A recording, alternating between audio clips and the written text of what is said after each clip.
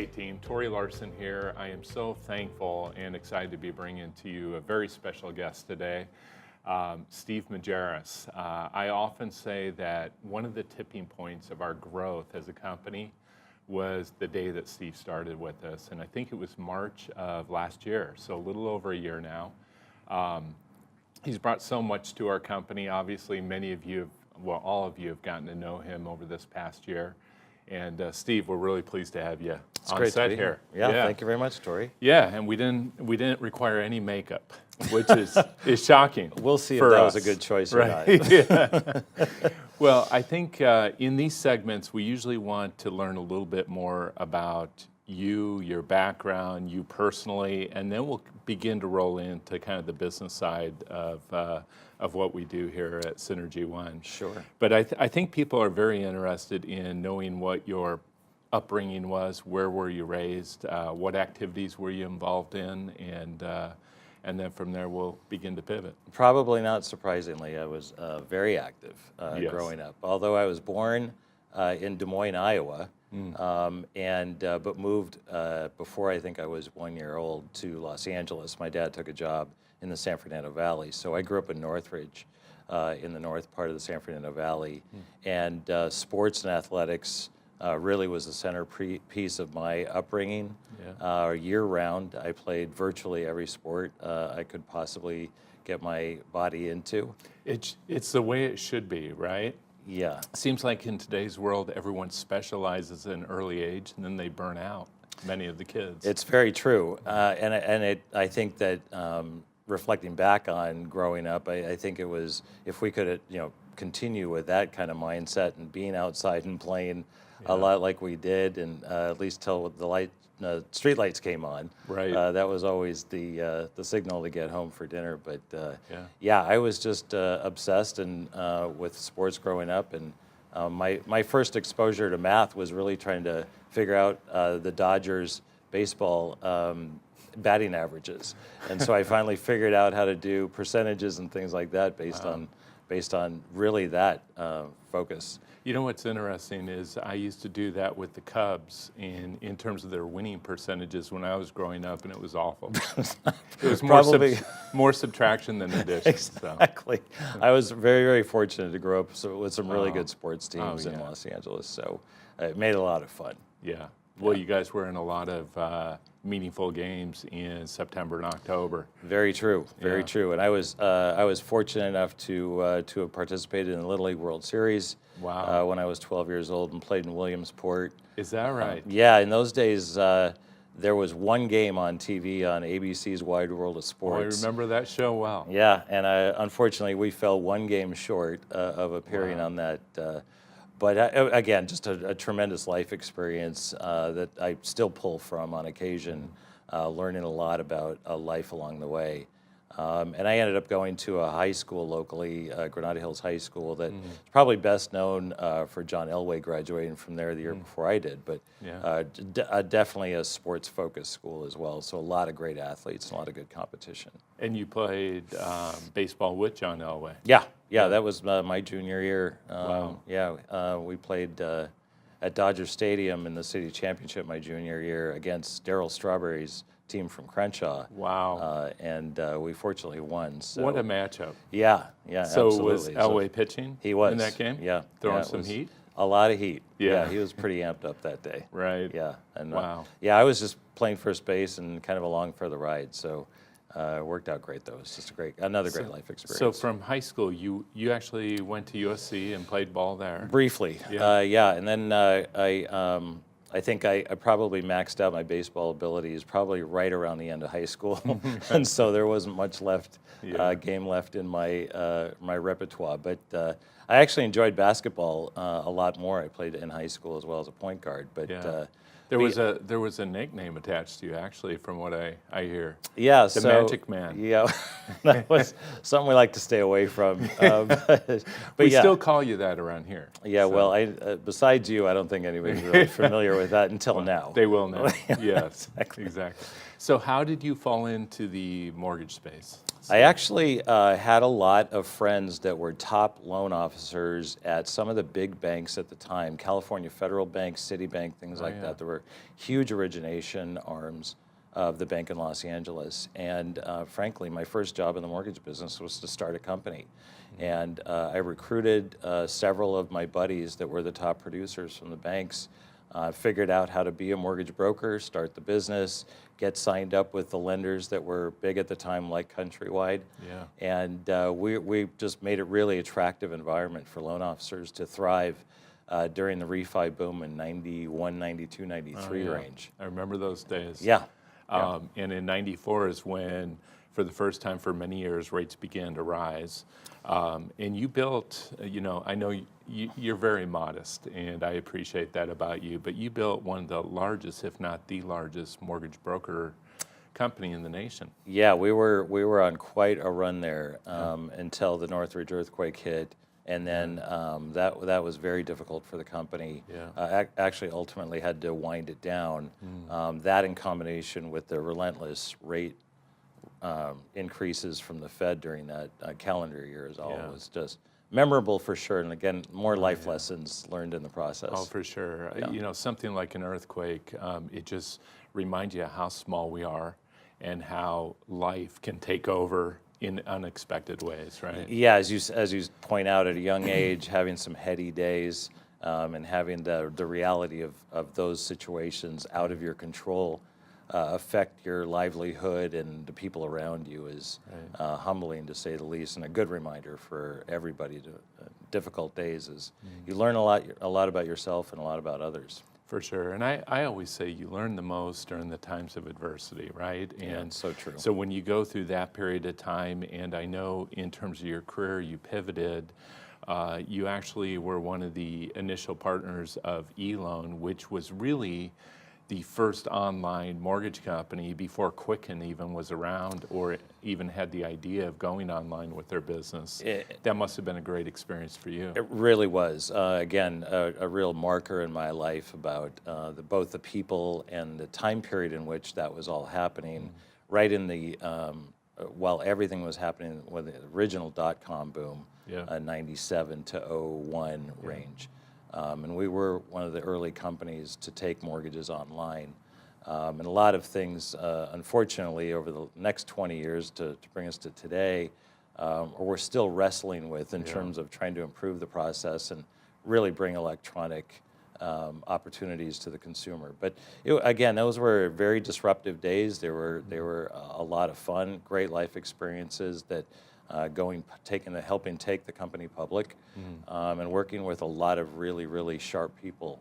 And you're right, the version of Quicken before Quicken was Quicken is Rock Financial, which was their roots before they became Quicken later. But a lot of competition, very intense days, and something great to be part of in my past. Isn't it amazing?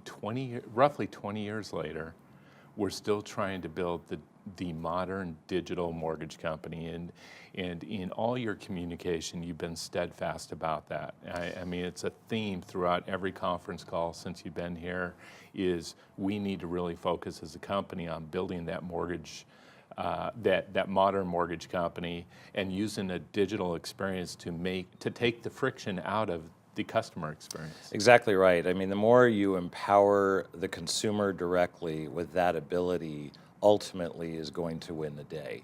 And regardless of company size, whether it's us or somebody much larger, if you can do that and the field is relatively level in terms of providing that opportunity. Of course, I'm disappointed it's taken 20 years for us to get here, but the day one certainty process that Fannie Mae has rolled out was the first big change, I think, in our business to really make that reality for people. Yeah, I agree. I think when I look back at our time together, and it's only been a year and maybe a couple months, 3 months, I do remember we were courting you probably 2 years ago. So it was one of the longest, dating processes we've had in place, but well worth it. And I remember you coming here to San Diego. We were introduced by one of our capital investors, SG Capital, specifically Kevin Gasvoda, reached out to me and said, listen, there's this gentleman who's got a really good reputation in the market. He may be considering options right now. You should at least drop a line and see if you can get him down here for at least a conversation. And I'll always remember that meeting in our conference room here. Tyler and I met with you, and after that, we go, we have another brother we've just never known about. But we just knew through that dialogue that you would fit our culture, you would add to our culture. We looked at the world in many ways the same way, and your vision of the future of our industry was really impressive. And so I will continue to be very grateful for your decision to take a chance on us. I know you were courted by many firms. I know PHH, where you came from, really put some strong money in front of you that you had to overcome in order to be here. So I know you sacrificed along the way. But I can tell you this, I shared it in the opening, one of the pivot points of our company, when I look back in time, and even 10 years from now as we continue to build this organization, was the day you started here. You have done tremendous things for us. You have been, everyone talks about it's not the destination, it's the journey that matters. I think equally important in that equation is with whom you travel on that journey. And it's been a lot of fun to get to know you, Steve, and to see you actually put into a position where you're running the organization and running everything synergy. And it's been a pleasure for me to watch. Well, I think, first of all, thank you very, very much. I think you give me way too much credit for this. Not true. I agree with you. The day you, Tyler, and I met, and the instant bond I felt, and affinity and affection for you guys right out of the gate. You are just tremendous leaders. The strategic direction you've set for the company, I will travel with you anywhere, anytime, as you well know. Thank you. And the other interesting thing we talk about from time to time, you have some kids that are doing some pretty special things. We finally, it took us a while to bring Chase on board, and he's doing some great things in terms of our media exposure. And it's been really fun to see him develop here. And then you've got a couple other boys that are doing special things as well. Why don't you talk about, just briefly, if you don't mind, what it was like bringing those kids up and what your thoughts are today about where they're at in life? Well, I think like you, I share a lot of pride watching our kids do what they do. And of course, they surprise us on occasion, both ways, good and otherwise, and present challenges. But as you said, the journey of being a father and interacting with them as they grow up, kind of on an as-needed basis, as opposed to being hovering over them, and watching them really do their thing, it just gives me just all the pleasure in the world in watching. Having you allow me to bring Chase into the company and have some influence about what we're look like as a brand, and let him flourish with his talents is really a fortunate situation for us here. I think between the three boys, for sure, and they are all in this somewhat entertainment field of some type, modern digital. Platforms and music, and I just, they, like I said, the surprise on a daily basis of the things that they're achieving and that they're doing is just amazing to sit back and watch, and it's just really, really neat for them to enjoy it themselves. It's the best thing we do as parents, right? Is raise kids. And to see that, put them in position to where they can flourish, give them the foundation, to have the confidence to go out and take risk in the world. So that's right. It's probably the best gift we could have given any of them. So, absolutely agree. Couldn't agree more. Well, let's talk. We've had a lot of activity here recently with the acquisition of Mutual of Omaha.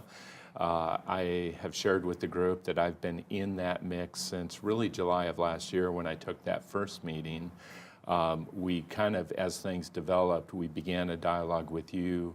I think it was right around Thanksgiving time that this could emerge as a possibility.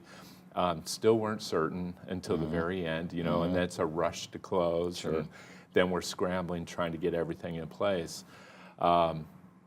But during that process, you know, we had a lot of opportunity to discuss the pros and the cons. We've often said, you know, irregardless of whether we do this transaction or not, we need to keep our core focus and continue to build the very best mortgage company in the nation. And I think that's got to continue to be our focus each and every day as we improve.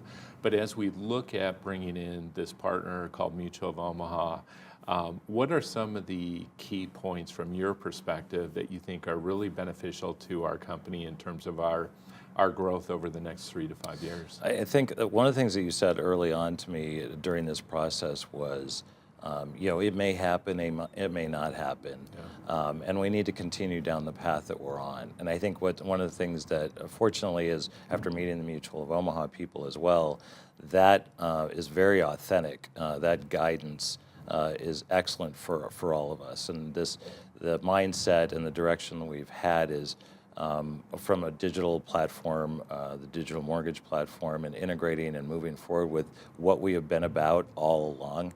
And their support of that is really, really encouraging to see. I see that playing out, and maybe even in an accelerated fashion because of the transaction.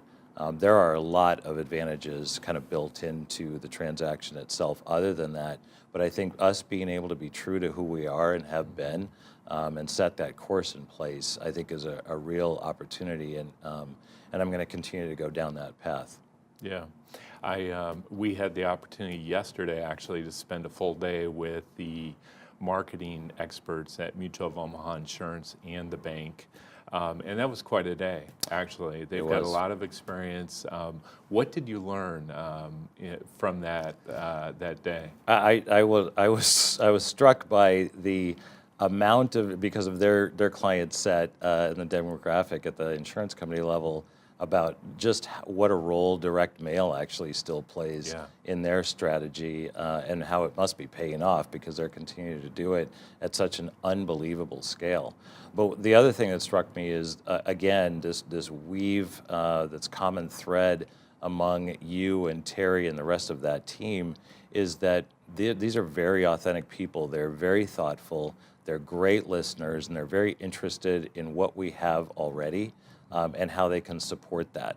And I think they came away with, and I certainly came away with, a tremendous optimism in terms of our working relationship with that marketing team. I think they see our vision. I think Alex and I both were able to communicate that clearly to them. For sure. And with the back and forth dialogue and the thoughtful questions they presented, I think makes it very easy for us to be able to continue forward. Yeah, and it's interesting because you always think of direct mail as such an old school way to message, you know, and to market. But Keith Clark, who works for Mutual of Omaha Insurance and is their strategic marketing executive, said something really interesting. He goes, we're looking at how do we transition from the old school marketing to the digital experience, and you can't just lop off one and go right to the other. There is a transition as people age, as people become more comfortable with that. And I thought, man, that's right aligned, just that digital focus on them as such a big company. It'll be meaningful to us to be able to share expertise. Yeah, I think in a smaller scale presently, we have similar challenges that just because we have digital opportunities here does not mean that we shut off the support of others. Right. And because we are evolving, it's not one day we wake up a completely different industry and a different process. We do have to evolve in the right ways, and it integrates from all the way from the consumer experience to our own systems, and all the way to the closing process as well. In fact, the way we sell loans, in a very similar fashion. And as more electronic processes integrate themselves into every aspect of this, including marketing, I think we're going to be in a really good spot to be able to experiment and determine results and take strategy and tactics that optimize those things. I think the other message that has been really clear from their side is they love the team we've assembled. They like how we're running the business. There's very little duplication of talent, of systems that we've got to overcome or transition into. Talk a little bit about what that means from your perspective for the company as we go into this transaction and the opportunity? Yeah, it is. It is. During a transition like this, and when people are absorbing the news and processing it on an individual basis, everybody receives it a little differently. Yeah. I think there is a certain set of people, of course, that right out of the gate were very happy about something like this and saw the advantages right from the very beginning. But for another large set of people, you all wonder, how does this impact me? The anxiety of the unknown. That's right. Yeah. That's right. And so many of these types of transactions that we've seen in our business over the years are done based out of need. And this one clearly is different in the sense that this was done out of a clear strategy, both on Mutual of Omaha's part and on our part.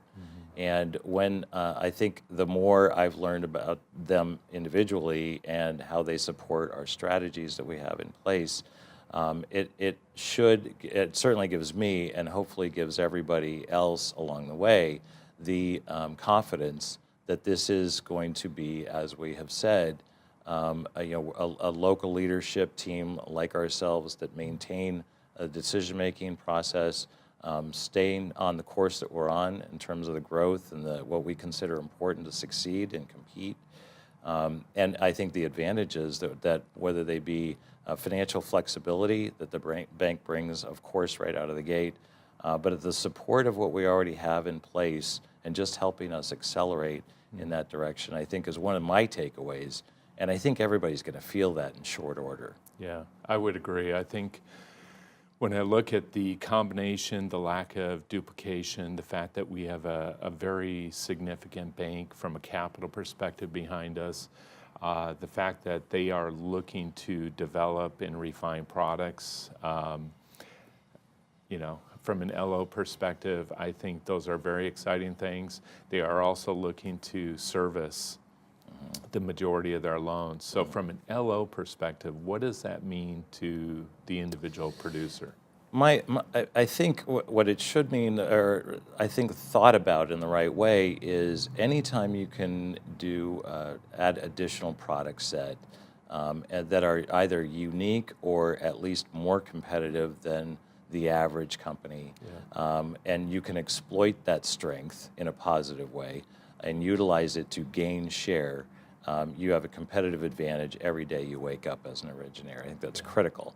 As the market evolves over the next year or two, and we see obviously with rates rising and less number of transactions being done in the country overall, every time that you have an advantage, whether it be product related or financial flexibility in terms of the capital structure, and it supports whether that be pricing, whether that be flexibility and other ways to make profit as a company, you don't have to make the difficult decisions as a company in terms of loan officer support that other companies are already having to wrestle with today. Yeah. And as that plays out, certainly we're going to see for the rest of 2018 and probably well into 2019 as well, we will have already been positioned as a company after this transition takes place, that we will have this foundation broader and deeper than other companies will.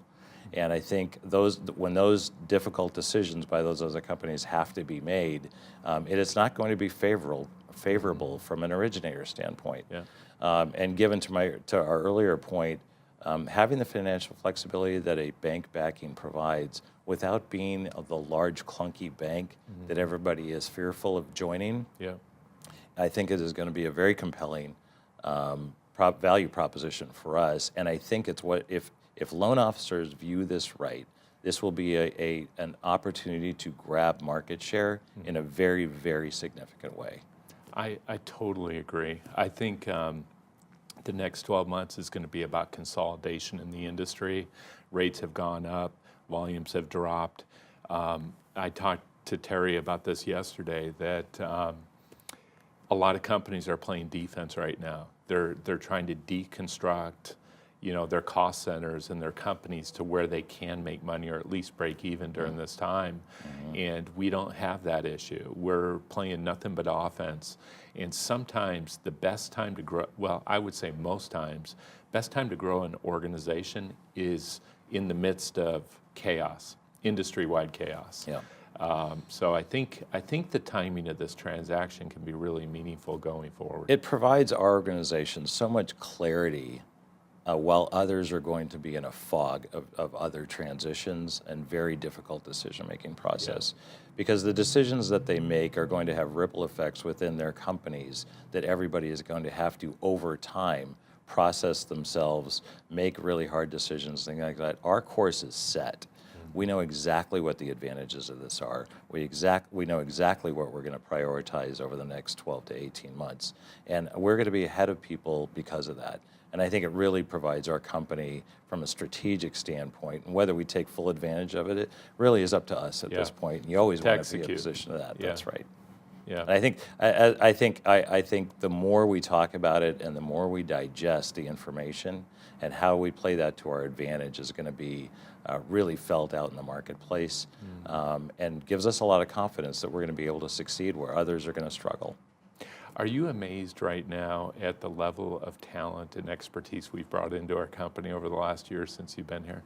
Yeah, I am. Of course, you're optimistic because you think you're going to be able to make things like that happen. But I think the way we've collaborated as a leadership team and really been as smart as we can be about bringing the right people on and in the right markets, in filling the right seats, they're going to be important to make sure that we do continue to execute as we grow. We have to be continue to be very thoughtful about the place, the who, and the when, so that we don't go too far off course. You and I have been around too long to allow ourselves to make too many big mistakes along the way. Obviously, we've been around a long time. Yeah, well, I think that's no denying that. But hopefully we'll minimize any big blips and really stay true to that. Like, be thoughtful about as we grow, because the growth opportunities are there today, and they're only going to continue in the near and midterm future.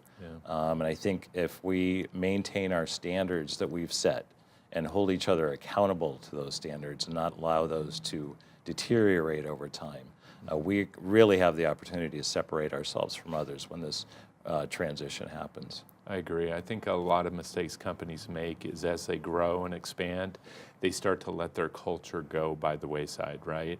And I've always said, I want to grow a great company. It doesn't have to be the biggest, but the best, and we've talked about that. But one of the things that we have to hold tight to is the culture that is so important. It's the thing that in many ways attracts people to our company, and then also allows us to retain those employees. So even during a transition like that, like the one we're about to undertake with Mutual of Omaha, I just want to make sure our cultures continue to be aligned in center of everything we build. I think it's really heartening to me, and I share with the rest of the team as well, you picking Mutual of Omaha as that partner. The people I've met there are very much reflective of the way you guys are. I think it's going to be very easy to maintain the culture that we believe we have, and be able to maintain that over the long haul, regardless of our size, whatever we turn out to be. If the cultures don't align, the business side is going to be problematic all the way through. So I feel that as much as you can get to know people in a company over 9 to 10 months during this process, I do feel like they're right in line with how we operate, how we think. I told Terry yesterday, I feel like if they could on their end, and I know our environment doesn't allow for it today, they would do a handshake deal. Yeah. Kind of like our folks used to do, our dads, Absolutely. when they would do deals. Yep. So I'm really excited about the future. I'm really thankful you're here, Steve. I think in so many ways, you look back in time and things kind of line up the way they should to put you into position as a company to really be able to execute. And I think in many ways, the reason we have this opportunity ahead of us now are the things that you've brought to our company, the team you've recruited in, people that I would have never gotten to know had I not gotten to know you and had you not made that commitment to us. So thank you for that. Well, thank you for the mutual commitment and the confidence. I'm very fortunate to be in the spot that I'm in with you, and Tyler and Tim and the rest of the team, and full speed ahead. Yeah, for sure. So what I'm going to do now, with all the guests, I go through something called the hot seat. just going That to does ask, not sound fun. it's not that hot. Okay, It's got it. not that kind. But I think it's a good opportunity for people to get to know a little bit more about you personally and some of the things that you enjoy. And so I'll start with, what is your favorite movie? Oh gosh, I would have to say Field of Dreams. Yeah. Yeah, I think there's just I can't help but be a romantic about baseball. Yes. And being able to between father-son relationships and all of the things around life lessons that movie kind of brought together in a really effective way. It's really stands out among. It's a great one. Yeah. And you were born in Des Moines, Iowa. I was. And wasn't that filmed in Iowa? I believe that's I think right. the setting Yeah. was Iowa. Let's just say actually. yes. Yeah, we're going to go yes.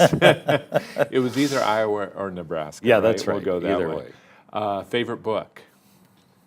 Oh my gosh, that is a tough one. I would have to. You love history, I know that. Yeah, I would have to go with either Lincoln Team of Rivals or I'm trying to remember the author now, but the biography on Thomas Jefferson. Okay. I think those are both obviously fascinating figures in history, and they're intriguing from so many levels. Something about the founding fathers I think is just and the great presidents I'm definitely attracted to, and having spent some time in Washington D.C., it just kind of brought all that together for me. That's right. You spent some time back in Washington D.C. in your early years interning back there for, I want to say, half a year or a year, right? Yeah, I was back there for several months during Ronald Reagan's first term, in the beginning of his presidency. That's so it was a fascinating. wild What time a great to be there. time to be out there. Yeah, it was a lot. Again, a great life learning that I pull from today for sure. Yeah. But yeah, Washington D.C. Everybody should make that trip at some point in their life. It's pretty special. Yeah, I agree. Next question is, what's on your give me one item from your bucket list. Now, I know you and Chase flew out to see an Alabama football game last fall. Yeah. That had to be really special. There's nothing like SEC football. Yeah. We're here on the West Coast. We've got the Pac-12. It's not quite the same. You know, in San Diego, we have San Diego State.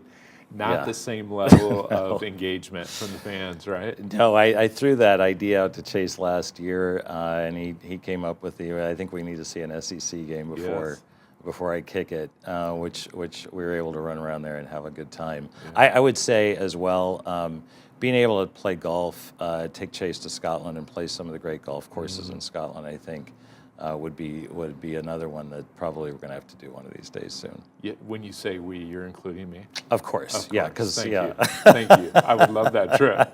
That's a great one. There might be Scotch involved as much as the golf, but of course. it's all part of Scotland. Yeah. Last question on the hot seat is, if you could break bread with anyone in the history of time, who would that be? It would be Thomas Jefferson. I would normally say Lincoln, but I just recently reread some of my Jefferson. I just think he was one of those Renaissance men in history, and being just a philosopher and everything else, and certainly had his flaws. I think that we know now. We all do, don't we? Yeah. Yes. Some larger than others, and but I think he would have just been fascinating just to be able to consolidate thought like he did in our government's founding in such an articulate way, and just as an ambassador, and just it's just one of those people in time. I think just so unique as a human. So you don't want to make them larger than life, but pretty close. Pretty impressive, huh? Yeah. Couple of predictions I'd like from you. I know we share a love of sports. We're deep into the NBA playoffs. Who's going to win the NBA championship this year? I think the Houston Rockets. I think they are just one of those teams of destiny. I think they have just got it finally together, and I just don't see anybody derailing them. Interesting. Yeah. It's going to be. Do you agree? I kind of like the Warriors. You do? I always look at the Warriors, and they are the most unselfish team of superstars, and they distribute the rock. Where I feel like with Houston, it's more isolation ball, but they're hugely, totally different styles of basketball coming together True. in the Western Conference Finals.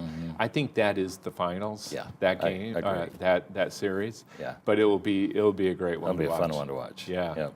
Yep. So a year from now, where do you think interest rates are on the 30-year?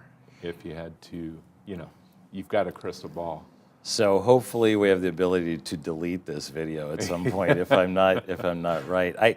I would say in the end, barring acts of God kind of events that can happen, I would say interest rates will probably be 50 to 60 basis points higher than they are. I don't subscribe that even with Fed moves that are going to be 3 to 4 or 5 during that time period is going to really change that significant on the long end of the curve. Yeah. I think that I think we are going to be in this time period of a little flatter curve where you see the short end rising, but that's just as you and I have been around and tried to ascertain these things that far out. I don't really know, but that would be my best guess. Yeah, I'm in that same camp. I think 50 to 75 basis points is probably rational between here and 12 months from now. How about on the real estate side? When you look at kind of the national, now I know every real estate market is local, but if you were looking at a national picture, where do you think home prices go from here? Are we higher? Are we lower? About the same? Yeah, over the next year or a year from now, I think the inventory constraints are still going to be enough significance that it is going to continue to put pressure, if you will, on home prices rising. I actually think that nationally we'll still be in the high 4s to low 5s in terms of increase of the average home price, which some areas will still be higher. Yeah. But some will start to moderate, and I think particularly at the high end, I think we're going to see some moderation there. Yeah. But overall, I just don't think there's going to be enough supply by that time period to be able to just let some air out of the balloon on home prices. Yeah. And I just frankly don't see a reversal of that for a while. Yeah, inventory is a problem for sure. Yeah, it just is, and I think even on what we see of what's come online from home builders is just not enough to absorb, or will be absorbed quickly, but just it won't be online fast enough demand. To be able to. Demand is there. I agree with that. Is there like when you look into specific markets, are there maybe 3 or 4 or 5 markets that you really like over the next, say, 2 to 3 years? Well, I think that areas like Nashville and all of Utah certainly pop up. I do think areas like Idaho and Austin, Texas, are going to continue, and the suburbs of Texas are going to continue to rise as well. I think you and I have talked about several times whether it's I think the other dynamic here is that some people are just willing to wait this out and be long-time renters. Yeah. And just the flexibility that lifestyle provides is starting to be more attractive for millennials and Gen Xers and all the way up to including some baby boomers. So if the problem is, of course, as you start to continue to price people out, that mentality becomes more and more embedded. But there are going to continue to be strong home markets in terms of price appreciation over the next several years. And I think it's going to be in 10 to 20 markets, not 2 or 3. Yeah, I think the new tax code is going to have a lot to do with that. There's going to be a flight to lower tax states from my perspective. You'll naturally see a lift in those real estate markets. And as we look to grow the organization in a broader footprint, those are going to be very important dynamics for us to follow, because you really want to be in areas where you've got some price appreciation. It gives you a little bit better performance on the portfolio for sure. Very much so. And bringing on Aaron Nemec as our national head of sales recently, Aaron immediately provided some guidance to us and really a footprint plan for what those priority states and markets would be that we're going to concentrate on as a company for our growth for the foreseeable future. And while we'll continue to reassess those priorities from time to time as market dynamics evolve, I think we've set a real good course for where those markets are going to be opportunistic for us, as well as some of those other underpinnings of a good foundation for my intra-migration, state to state, and home price appreciation as well. So I think we've got a good solid plan around that. Yeah, I think Aaron's done a lot of great research for us. We know where to go. And if you can go into those markets with people we trust, that's a winning combination. The other interesting thing about Aaron is he had worked with Terry Keneally, who's going to be our main point of contact at the bank. They've got a history together. They both really, when I told Terry that we were in the process of recruiting Aaron, and then when we landed Aaron, they were so impressed with that. And I know that, again, it's another thing that would not have happened had you not made the decision to join us. I wouldn't have met Aaron. And to bring someone like that of his caliber and some of the other folks you brought on is just, it's just teeing us up in a very unique position that I rarely get the opportunity to see in this industry. Yeah, it is. Like you said earlier, the amount of talent, the business acumen and experience that Aaron brings with him in terms of growing organizations, trying to keep us out of the ditch as we move forward. Truly a varsity member of the team that we got to add in this unique time. And as you said, being able to bring on other leaders as well that I have previous relationships and bring those strengths to the organization as well are going to really, along with everything else that we have in place, really keep us focused on the right things. Right, right.